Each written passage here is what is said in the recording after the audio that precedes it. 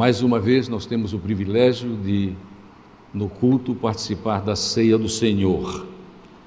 Os evangelhos semelhantes, sinóticos nos ambientes de estudos teológicos, sinóticos quer dizer semelhantes, tratam de maneira bem explícita a respeito da instituição da ceia do Senhor Jesus. Eu quero ler alguns versos, escolhi o evangelista Marcos, capítulo 14, versos 12 a 15 e 22 a 25. No primeiro dia da festa dos pães sem fermento, quando se costumava sacrificar o cordeiro pascal, os discípulos de Jesus lhe perguntaram: aonde queres que vamos te preparar a refeição da Páscoa?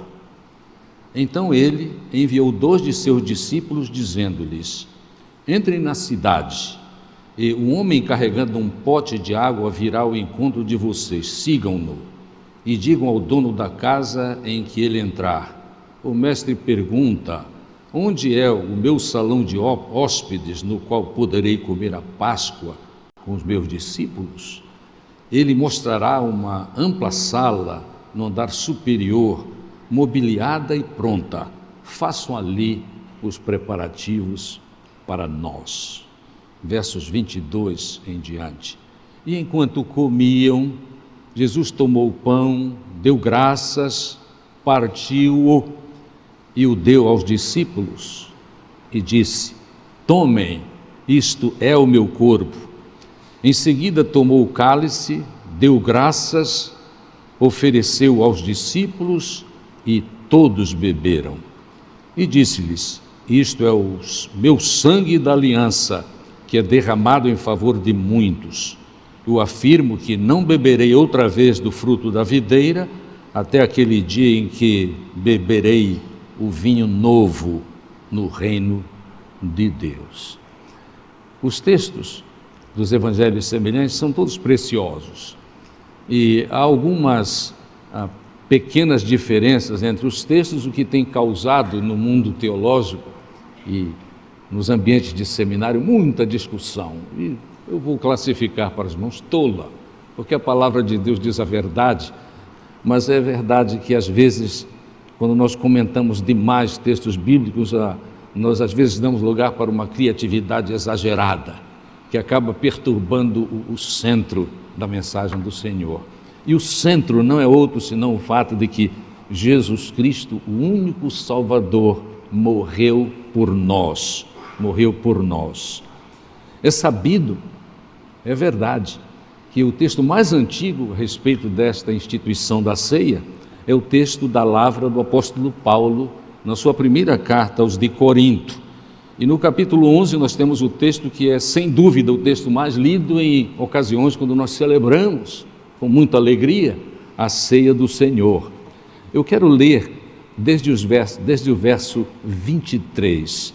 Eu sei que é leitura constante, mas nós devemos levar muito a sério o que a palavra de Deus nos diz a respeito da instituição, o seu significado e especialmente como devemos participar da ceia do Senhor.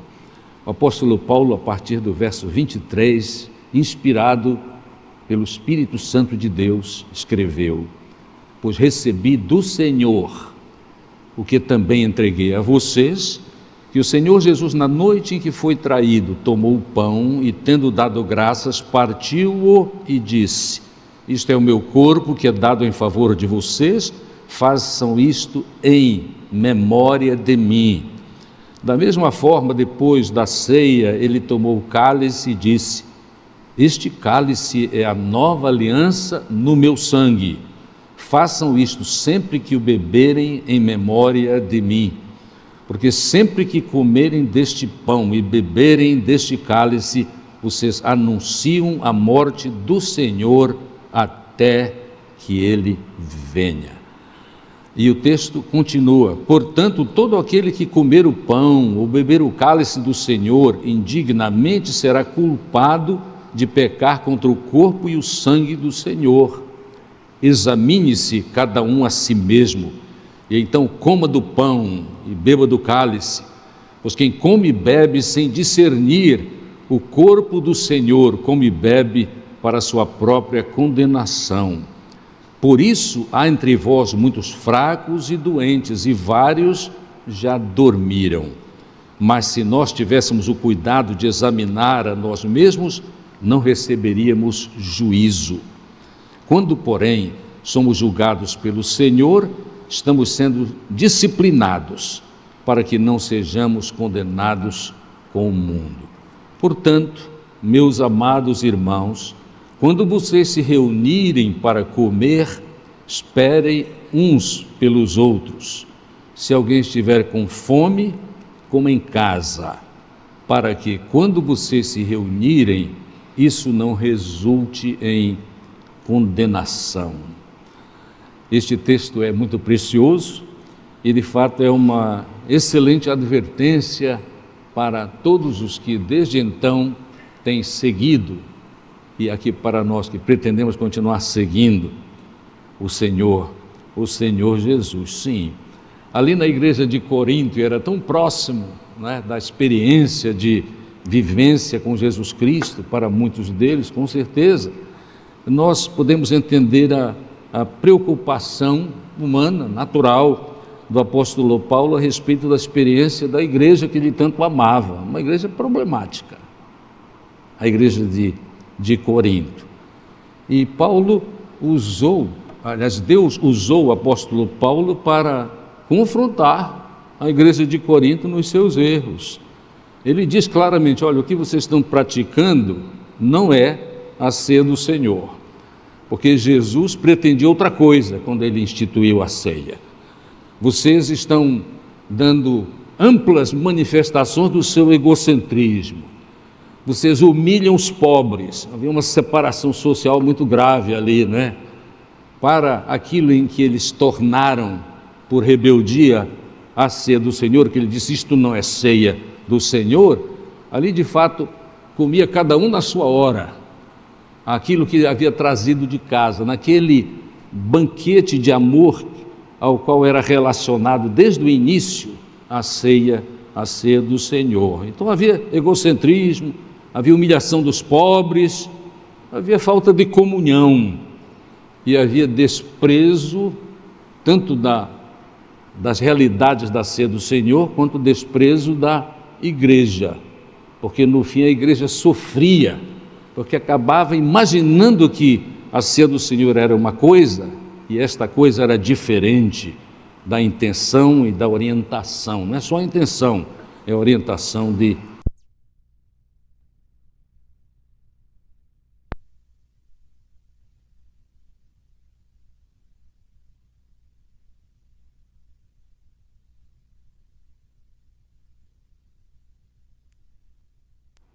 a Páscoa. É aquela festa antiga, Êxodo 12, né? Que fala a respeito de como os israelitas foram salvos por causa do sacrifício do cordeiro. As famílias dos israelitas foram obedientes, sacrificaram o cordeiro como da orientação de Deus por meio daquele que estava auxiliando o povo. Mas é interessante, é no contexto da Páscoa que Jesus, a leitura que fiz ali em Marcos foi muito clara a respeito disso, não é? Jesus deu ordens aos discípulos a respeito de como e onde participariam da Páscoa. E no momento da participação, enquanto comiam, Jesus tomou dois dos elementos que eram também usados na Páscoa e instituiu a sua ceia. Os elementos foram como da leitura, mas é para a lembrança: pão e vinho, símbolos diretos usados por Jesus. Durante o ministério de Jesus, várias vezes ele falou a respeito desses dois símbolos na realidade que iria acontecer ainda, porque ele morreria ainda em sacrifício para o perdão dos pecados de todos os homens que nele confiassem. Pão e vinho. Pão e vinho em si são elementos poderosos que de fato nos levam a entender o cerne do Evangelho, a ação de Deus por meio do seu Filho e nosso Salvador, para que nós possamos ter, como temos, aqueles que confiamos em Jesus, vida abundante, já aqui, mas vida que é também eterna. pão faz lembrar o sofrimento do Salvador. Quando eu meditava bem recentemente a respeito deste assunto, a minha mente foi voltada para a palavra tanto dos evangelhos, como li em Marcos, mas também na palavra do apóstolo Paulo aos de Corinto, de que Jesus partiu o pão. Aí veio à minha mente uma experiência de menino muito interessante, quando um dos ex-pastores desta igreja, de muitos anos atrás, Haroldo Chale, que foi meu pastor no tempo da minha pré-adolescência, ele costumava trazer um pão grande, seria um pão de forma, era um pão de forma, e no momento que ele lia o texto, mesmo enquanto ele lia, ou recitava, melhor dizendo, ele partia o pão, e quase que toda oportunidade da nossa celebração de ceia, ali na primeira igreja batista do Pará, que é a igreja onde estive até os 17 anos, ele de fato falava a respeito do sacrifício de Jesus, nos detalhes que todos nós conhecemos, né? Como ele foi maltratado, todo aquele sofrimento, nós sabemos hoje, em nosso lugar. Então, ele partiu o pão e disse: isto é o meu corpo. Aliás, esta expressão, isto é o meu corpo, tem trazido grandes discussões inócuas no meio cristão. Livros e mais livros têm sido escritos, perda de tinta e papel, porque a palavra de Deus diz com extrema clareza, nas palavras de Jesus, e depois repetidas pelo apóstolo Paulo, sobre o que Jesus havia dito, né? Fazei isto em memória. A memória não é a repetição do sacrifício, mas repetição de sacrifício é o que é anunciado, pregado em muitas denominações cristãs, e eu não estou fazendo pouco das diferenças das tradições, mas amados, com outros e muitos no mundo, nós devemos nos alegrar que não temos perdido tempo com isso, e temos ficado com o cerne da palavra de Jesus. Fazei isto, participem desta ceia memorial. É memorial, é redundância, mas vamos lembrar, memória de mim. Memória é lembrança. E aí eu pergunto, quais são as lembranças maravilhosas que vocês têm na vida? Muitas, eu também tenho, né? Eu comecei a meditar hoje sobre as minhas lembranças e eu disse, não vou alongar a minha palavra de hoje trazendo à baila algumas memórias, porque se eu falar das memórias excelentes que eu tenho na vida, algum vai dizer assim, não, ele se acha melhor do que os outros. Eu não sou melhor do que os outros, mas como Deus é bom, né? E as boas memórias nos animam. No momento de tristeza, é importante que nós permitamos que as boas memórias tomem conta de nós, porque aí nós nos fortaleceremos. Eu diria que até algumas depressões emocionais e espirituais somem quando nós relembramos aquilo de bom que tem acontecido conosco. Mas como eu disse, e vou cumprir o que disse a mim mesmo, não falarei a respeito das minhas memórias, mas tenho muitas memórias. Mas a memória principal que nós precisamos ter, segundo este texto, é a memória do que Jesus fez. E Ele fez por todos. Eu tenho enfatizado muito isso por causa de outros desvios teológicos que têm a ver exclusivamente com a idolatria de linhas teológicas no nosso mundo. Isto está extremamente vivo. A questão de que Jesus morreu por alguns e não por todos. Repito a experiência porque marcou a minha vida. Sim, a experiência daquela mulher simples, mas muito digna, crente, que entrou no meu gabinete nas semanas recentes agora, acho que 2 ou 3 semanas, e ela começou a falar a respeito do amor que ela tem pelo pastor dela. Mas ele disse, mas olha, eu amo muito meu pastor, a nossa igreja tem um amor especial pelo nosso pastor, mas ele diz às vezes umas coisas esquisitas. Irmão, dizer isso para um pastor batista é mexer com ele, né? Porque aí eu logo aguardei o tempo certo, a palavra tem que ser dada no tempo certo, né? Aí depois de ela terminar toda a palavra dela sobre o amor ao pastor, mas aí eu voltei e disse assim, olha, minha curiosidade, né? O que é que a senhora acha que o seu pastor diz que é esquisito? Ela disse, pastor, ele, vez por outra, ele sai com esta de dizer que Jesus morreu por alguns e não por todos. Aí eu disse, e a senhora o que pensa? Ela disse, olha, pastor, não importa o que o pastor diz, eu creio é na Bíblia. Aliás, ela disse da maneira bem assim, português muito errado, mas eu sabia o que ela queria dizer, né? Não importa o que o pastor diz, a gente crê na Bíblia. Eu quero dar um conselho para os irmãos. Não importa o que teólogos escrevam, não importa o que estejam em alguns livros de alguns teólogos, creia de maneira principal na Bíblia. Porque nós dizemos, é um chavão no nosso meio e em outras igrejas, de que nós entendemos que a Bíblia é a única regra de fé e prática, que seja. E sendo a única regra de fé e prática que essa mulher simples diz, e é maravilhoso isso para nós pastores, que o povo da igreja que nos ame, né? Mas que não sigam as orientações que nós damos que estão fora da palavra, porque se for assim haverá condenação. Amados, a ceia do Senhor é memorial do sacrifício, e que bênção é que Ele tenha morrido por todos. Se Ele não tivesse morrido por todos, irmãos, que tragédia, que injustiça, e Deus é justo, tem provado, sempre será assim, porque Ele é o mesmo ontem, hoje e para todo o sempre. Então, amados, foi no contexto da Páscoa que Jesus instituiu a ceia do Senhor. E o significado é extremamente rico da instituição da ceia, porque lá na Páscoa judaica, como praticada até hoje em círculos judaicos, era o livramento da escravidão ao poder egípcio. A nossa libertação é de todo e qualquer pecado. Isto é feito no momento que nós cremos em Jesus. E tendo crido em Jesus, somos habitados. Efésios 1:13, né?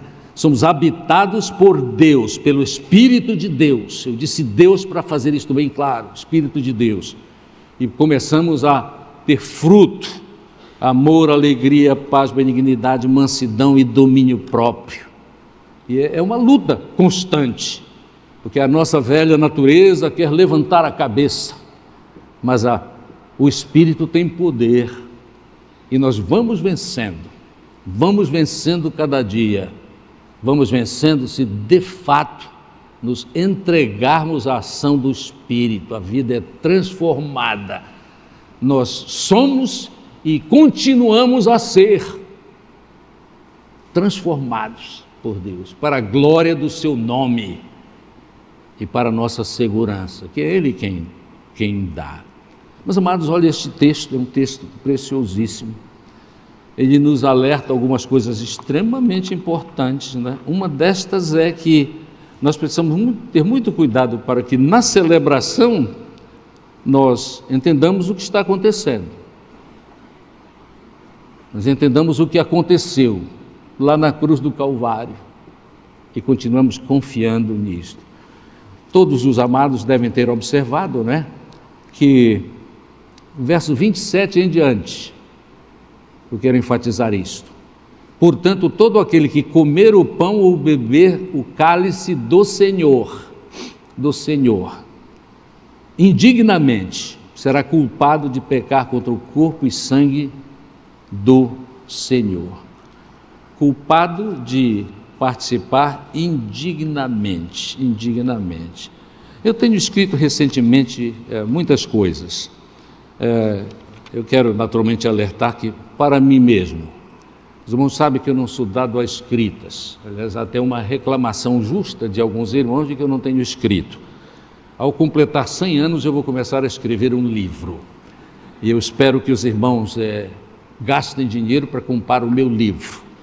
Eu não pretendo dizer coisa alguma diferente do que a Bíblia diz, porque eu acho que é assim que deve ser, não é? Com certeza eu não vou atrás de alguns teólogos que são interessantes, mas que às vezes têm saído da linha, Mas olha, para nós entendermos e não praticarmos esta participação indigna, é preciso que nós tenhamos discernimento a respeito da verdade na ceia do Senhor. Amados, esse discernimento é mais do que entender intelectualmente o que aconteceu, os fatos históricos. Os fatos históricos precisam ser entendidos, não é? É por esta razão, porque os fatos históricos da salvação de Jesus Cristo precisam ser entendidos, é que talvez seja uma idiosincrasia pastoral minha e eu assumo. Eu entendo que criancinhas sem entendimento não devem nem ser batizadas e nem participar da ceia do Senhor. Se não sabem, eu quero comunicar que em muitas igrejas tem esta nova moda. Aí alguns líderes de igrejas, de várias denominações, dizem assim, não, mas isto é para mostrar que Deus também ama as crianças. Quem é que precisa disso aqui para provar que Deus ama as crianças? Eu espero que ninguém. Ama sim. As crianças pertencem ao Senhor. Quando da sua inocência total, este é um tempo significativo na vida de alguém. Mas, amados, o discernimento é mais do que eu sei que ele morreu, né? Eu sei. A questão é o seguinte: a percepção tem de ser, e é por iluminação divina, é de que sem aceitar pela fé o sacrifício de Jesus não há salvação para mim, de jeito nenhum. Não importa quantas vezes, estejam atentos, não importa quantas vezes eu participei só do ritual. Esta questão de ritual é muito séria, irmãos. Os rituais são importantes em qualquer cultura e na nossa vida também, com certeza. Famílias têm os seus rituais particulares, merecem ter. É uma forma de educar, mas eu tenho uma dificuldade enorme com estas renovações de aliança de grandes grupos. Vou já descer a mais detalhes. Por exemplo, alguém queria um exemplo, né? Vou dar um exemplo. Festas de grupos de casais, onde nós fazemos uma renovação de votos. Em todas as igrejas, ênfase em todas as igrejas das quais fui pastor pela misericórdia de Deus, onde eu vi isso, quando eu participei eu via quem fazia renovação de votos, às vezes há poucos dias eu sabia, por causa da revelação de alguns deles, de que de fato não havia aliança nenhuma entre eles, estava toldada, quebrada, mas apareceu a oportunidade de um voto público, eu vou sim, porque imagine se eu não for, vão pensar que nós estamos com dificuldades. Irmãos, é indigno quando eu reassumo uma aliança, não é com o esposo ou esposa, reassumo uma aliança com Deus, quando não há realidade que sustente. É só ritual e nada mais. É verdade o que eu estou dizendo, eu quero enfatizar isso. Se o prezado, a querida que está aqui, e tem hoje a oportunidade de relembrar a aliança que tem com Jesus, se você não estiver em condição, e não é por causa de pecado, em condição assim, pessoal, você não está tendo o entendimento correto disso, a sua vida é indigna e tem permanecido, não é que era, está indigna, não brinque com Deus.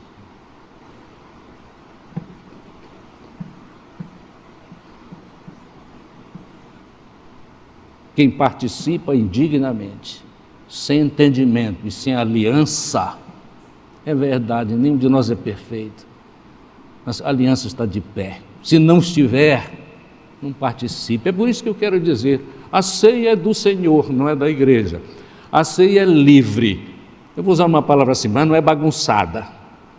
não é para quem não tem compromisso com Jesus, é para quem tem compromisso com Jesus. Você é visitante, nós nos alegramos com a sua presença. Mas se você de fato bebe, literalmente na palavra das Escrituras, Romanos 10, o cálice dos demônios, porque faz a vontade de Satanás, não era que fazia, continua fazendo, não participe. Porque não há comunhão entre o cálice do Senhor e o cálice dos demônios. Paulo aos de Roma disse isso. Não participe. Quem toma o cálice do Senhor deixou de tomar o cálice dos demônios. Até sofre, é tentado e às vezes cai, mas logo se levanta. Porque se arrepende. Arrependimento é abandonar o pecado. E o pecado é abandonado quando nós nos entregamos a Deus. E somos abençoados para fugir do diabo, resistir o diabo. O texto é lembrado, não é? Resistiu o diabo e ele fugirá de vós. É sempre assim, porque Deus cumpre a sua palavra.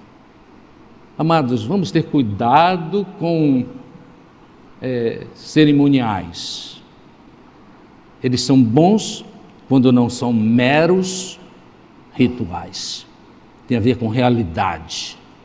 E a realidade exigida para este memorial é assim: eu aceitei Jesus, sou dele, e peço a ajuda do Santo Espírito em mim para continuar, porque não há outro caminho, e não há. Mas, amados, há mais coisas sobre isto. Eu fiz uma lista que estou desprezando agora, para dizer o seguinte: participar dignamente é reconhecer que Jesus também disse assim: quando vocês participam da ceia, da minha ceia, vocês anunciam. Paulo disse sobre Jesus: nós anunciamos a morte de Jesus até que ele venha. Jesus morreu, mas ressuscitou, e por esta razão é que nós dizemos com muita propriedade, porque é uma mensagem constante, e deve ser constante na nossa vida. E devemos até sugerir aos irmãos, sei que muitos dos irmãos têm famílias, filhos, outros têm a bem-aventurada experiência de ter netos, e para alguns outros a minha afirmação de bênção é que logo vocês tenham netos, porque é uma experiência que até renova a vida, por causa das alegrias da participação na vida daqueles que Deus continuará usando, é a nossa certeza, para que o Evangelho cresça até que Jesus volte. Amados, o sacrifício de Jesus, ensinemos isso para os nossos filhos, né? Aproveitem oportunidades, porque oportunidades passam. A oportunidade de dizer que, olha, a ceia do Senhor, meu filho, meu neto, que você ainda não pode participar porque você não deu ainda essa manifestação, que virá é a minha oração, você diga para ele isto, a oferta de Jesus, a morte de Jesus, o sacrifício dele, fale sim, corpo quebrado, os detalhes, né? Tem gente que tolamente diz assim: não, mas é muita violência contra Jesus. Irmãos, e a violência que nós deixamos que os nossos filhos e netos experimentam na telinha? Nos jogos violentos. Alguns de nós não temos, inclusive até aqui, protegido nossos filhos disso. Deus nos dê coragem para isso. Ou então nós precisamos reler e rever algumas pesquisas seríssimas de psiquiatras e psicólogos a respeito dos danos de uma criancinha ser exposta à violência muito cedo. A gente protege, né? Protege do conhecimento do sofrimento de Jesus, terrível, absolutamente injusto, mas absolutamente necessário. Sim. Olha, Jesus morreu, meu neto, mas a morte dele foi diferente. Olha, ele se entregou Tem texto bíblico para isso aos montes. Um deles é João 10, 11, João 10, 16 a 19. É só procurar, dizer para eles, incutir isso na cabeça deles. Olha, o sacrifício de Jesus foi voluntário. Foi, glória a Deus, foi voluntário. Substituiu o nosso sofrimento. Não digo uma palavra vicário para eles, que eles não sabem o que é vicário. Vicário é grego para os nossos netos e filhos, não é? Mas substituiu. É assim, olha, Jesus tomou o meu lugar. Você está ensinando para o seu filho, né?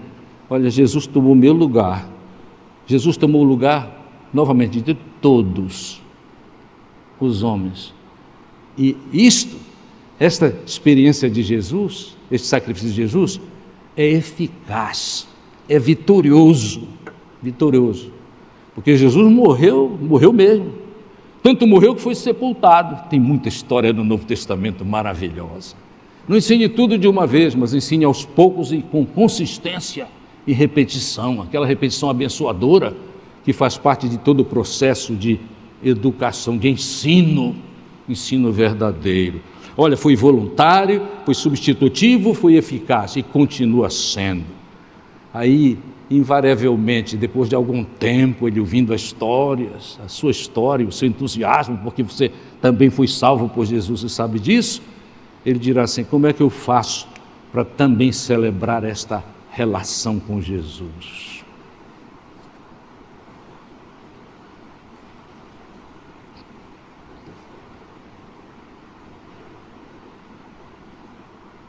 Que momento!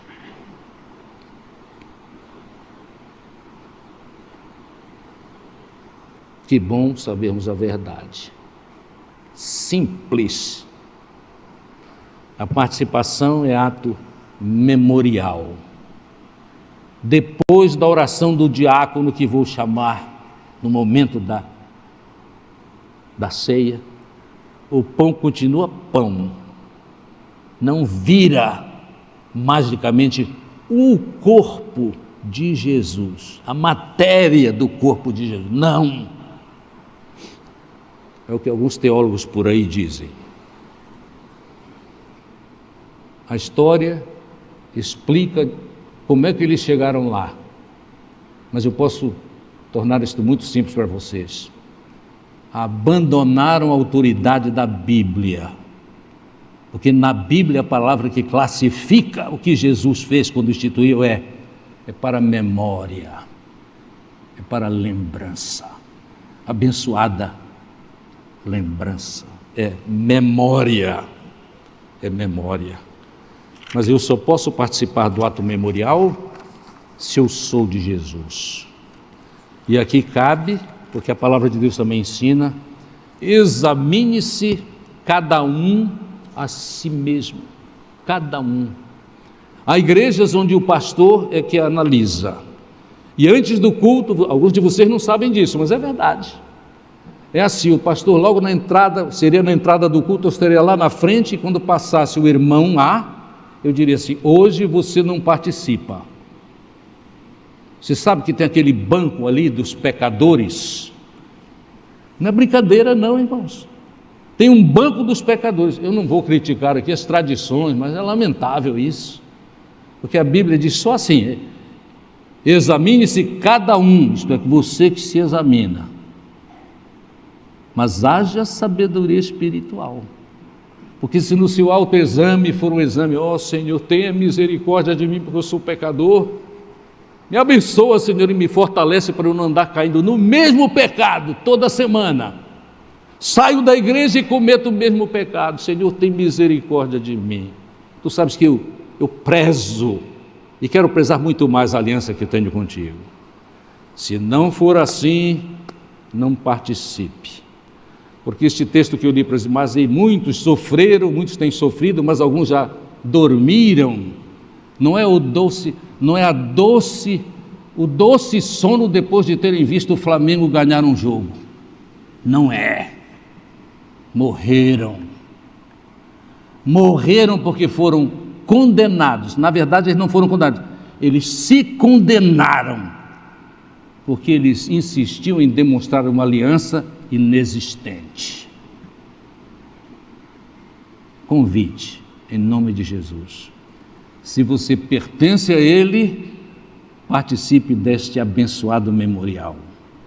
Se você não pertence, fique quieto, não se mova. Mas o quanto antes, medite sobre que futuro terá minha alma sem Jesus. E eu posso responder com o que nós sabemos na Igreja do Senhor a respeito do assunto. Não há futuro sem Jesus. Então, encontre uma forma, o quanto antes, de se aproximar do Senhor Deus, e você será aceito. Pois Ele mesmo afirmou assim: aquele que vem a mim, de maneira nenhuma o lançarei fora. Amém.